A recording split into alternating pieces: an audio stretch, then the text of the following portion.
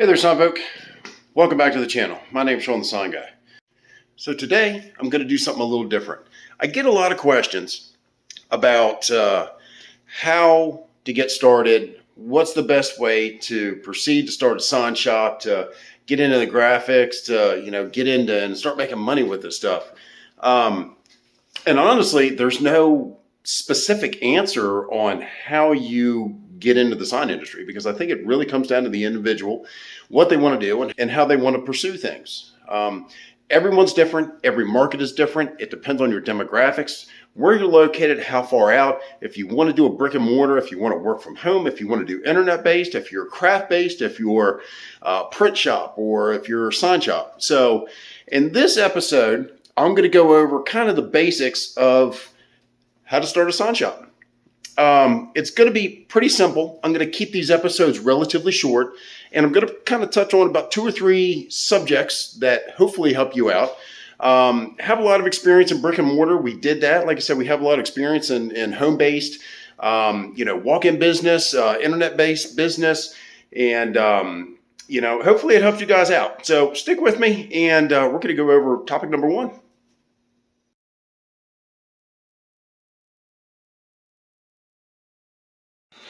Okay, so now that we got that out of the way, so in my opinion, when you want to start a sign, vinyl, cutting, printing, illustration, design kind of shop service, I think it falls into 3 categories. And this is my opinion of how you should define yourself to start off. And defining yourself really depends on the market that you want to get into.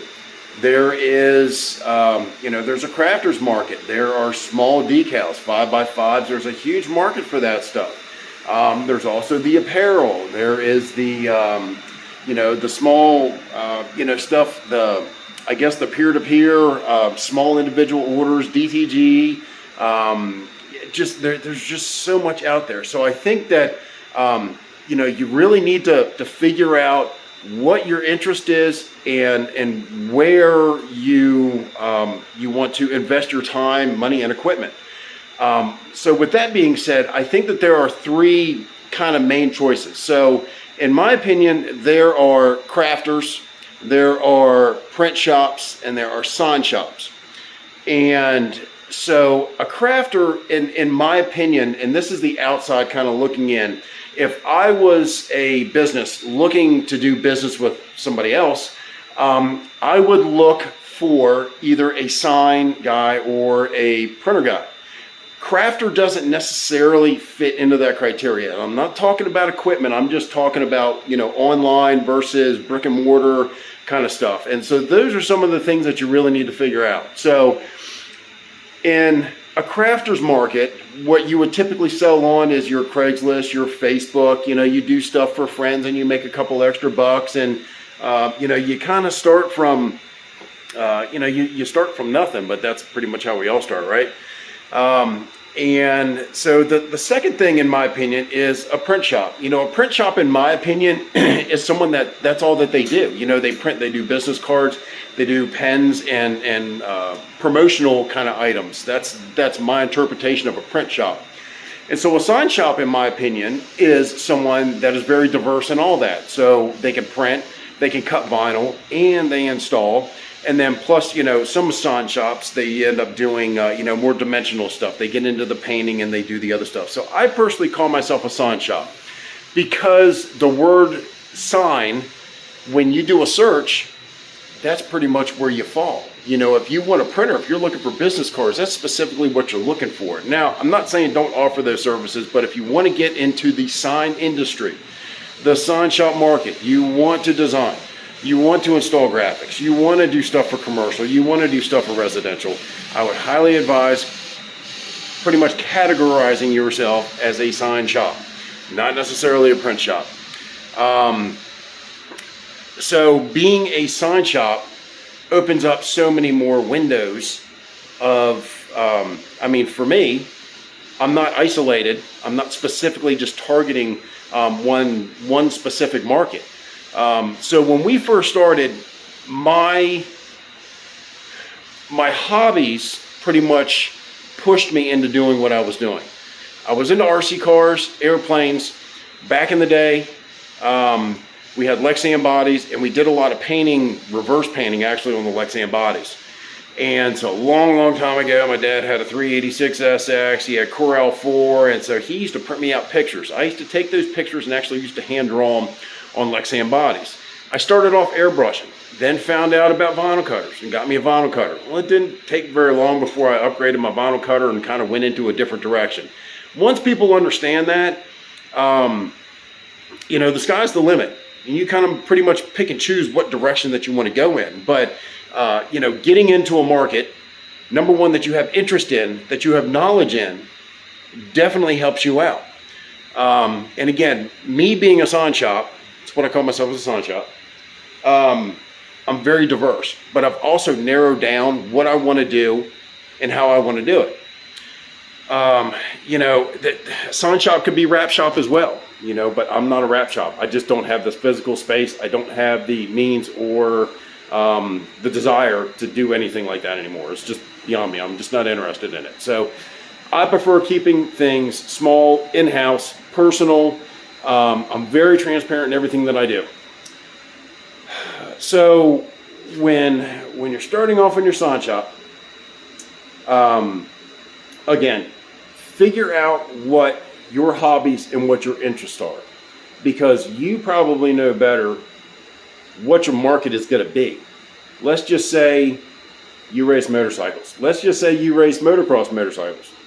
You know there's a huge market for numbers, stickers, graphics, and all sorts of stuff. Not only that, it's just the apparel. You know, maybe you want to get into that market. What would that be considered? I don't know. You'd probably be a printer, to be honest with you. You know, you can get into the installs and stuff like that, but generally that stuff is handed off to the end user, and they end up installing that stuff themselves. So me, for instance, I have probably two big hobbies right now, and in those hobbies, pretty much dictates what I do, or at least what I enjoy doing, because I don't, like I said, I don't do a lot of stuff. You know, I'm pretty stubborn when it comes to doing what I want to do when I want to do it. But you know, selling online versus, you know, brick and mortar store. But anyways, so I do a lot of fishing. I'm in the fishing, I guess, world. Those guys wrap a lot of money into their boats. I'm telling you, between trucks, boats, sometimes they're upwards over $100,000 for the most part, for the real competitive guys. Not everybody, but you know, you can get into bass fishing for about 50 grand. It's not a cheap hobby. So if those guys are willing to spend that much money on boat and hardware and tackle, you know, carpet graphics, boat numbers, boat wraps, that's pretty much what I got my foot in the door with that stuff. So, and then I started printing out, you know, the big checks for one of the guys that we help out. And of course, you know, you can see all the other fishing stuff that I ended up doing. But that's just me.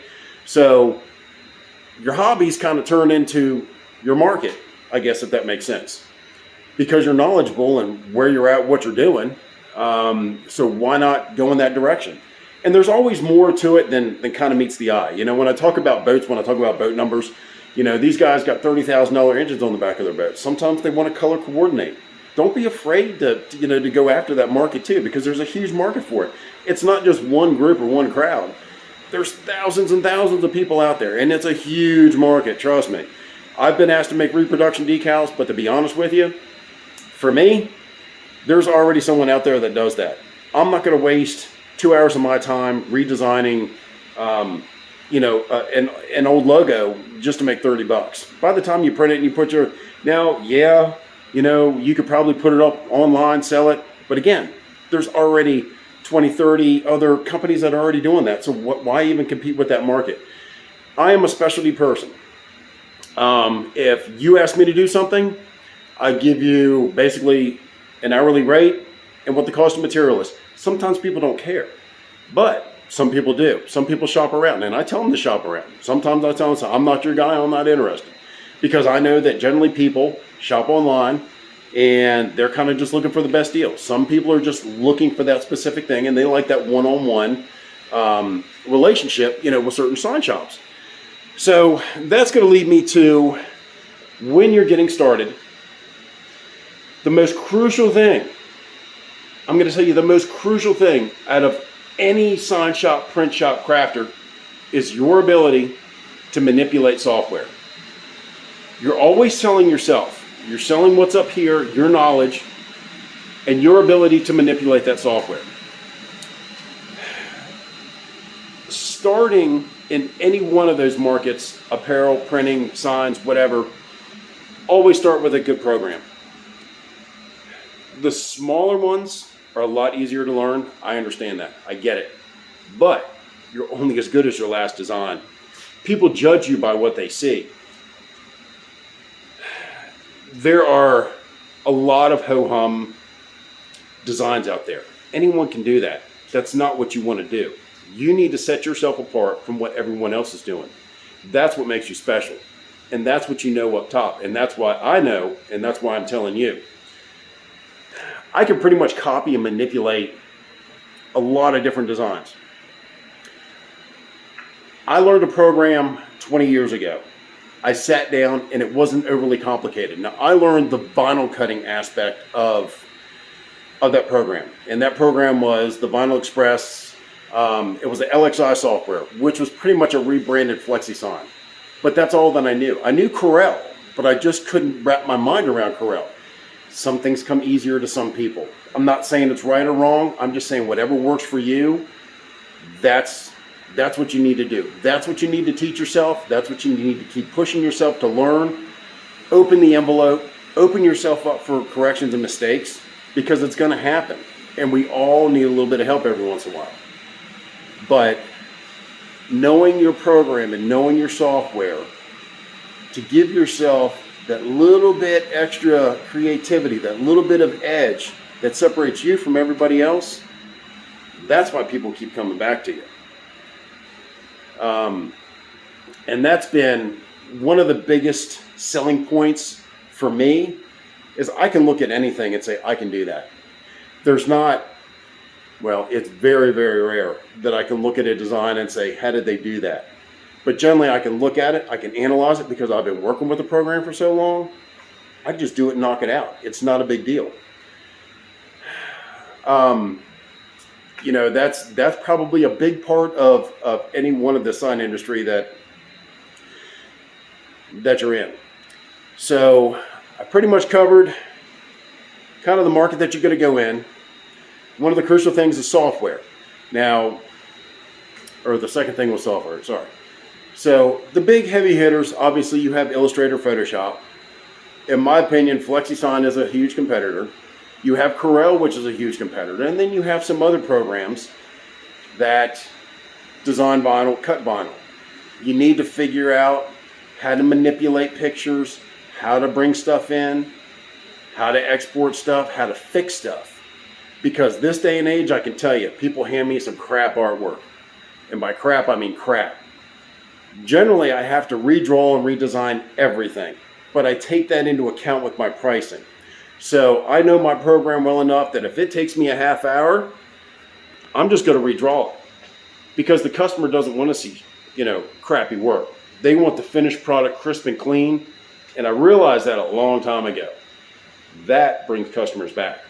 Going the extra mile, knowing your program, and sometimes you just need to fix it. You know what I mean? Don't hand people crappy scanned artwork, because like me, I'm going to know.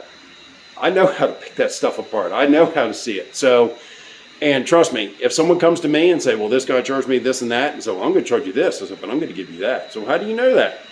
I just know. I've just been working with it for so long that it's not even a question. So I'm not tooting my own horn, but it's key that you get a program, a design program, you pretty much stick with it. You work with it until you master it. There's plenty of editorials out there, educational videos, and help that you can get to understand things. If you're into Flexi, let me know. I don't know everything.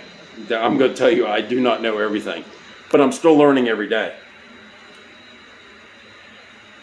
And there's two things: you're either winning or learning.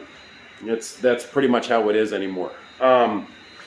So in hindsight, so I've gone over number one, you need to define who you are and what the market is that you want to go into. Number two, you need to start with a good design program. And number three, I'm going to touch on equipment. So not everyone needs the latest, greatest, highest dollar, vinyl cutter. And the design aspect comes from, the program that you're using. Now, I understand that some cutters are proprietary, to which they only work with certain programs. And it's okay to use those as a stepping stone. And that kind of coincides with the type of equipment that you have. But I would personally recommend finding a program, a design program, that you can use an intermediate vinyl cutter. The cutter only does what you tell it to do. And by telling it what to do is you'll understand when you're in your design program, that's where you learn. The cutter and the equipment is probably the least of your worry. Get yourself a 24-inch cutter, 15-inch vinyl, 24-inch vinyl is probably the norm for majority of stuff that's produced nowadays. Some of the smaller stuff, yeah. I've seen some people do some amazing stuff on Crickets, and I'm still amazed. But a 15 to 24-inch, you can go a 30-inch if you got the room. But just remember, whatever cutter that you get should work with your design program.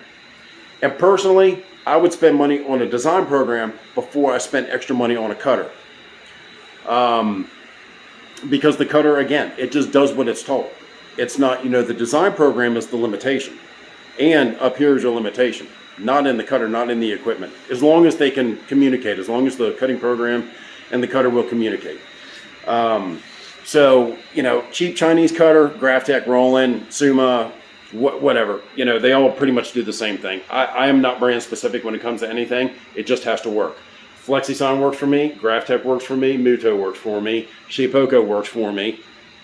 Hey, it's all in what you're comfortable in. I'm not picking sides for anything. So in a nutshell, that's kind of where I'm at today. I'm trying to keep these videos relatively short just to give you all some information. And I'm going to try to do these in shorter intervals. And again, if you have any questions, please drop them down below. Leave a comment so I can touch on those subjects if there's something specifically that you want to know. I've got some other information that I want to pass along to you guys as far as suppliers, equipment and some of the other, printing. And there's a lot more stuff. I want to talk about workflow and shop setup and brick and mortar versus home base and a lot of that other stuff. So I'm going to try to keep these videos a little bit shorter. It looks like I've already run my mouth way too long. So if you like the content, give me a thumbs up. I'm going to be putting more of these videos out for you all to learn. Don't forget to subscribe to the channel.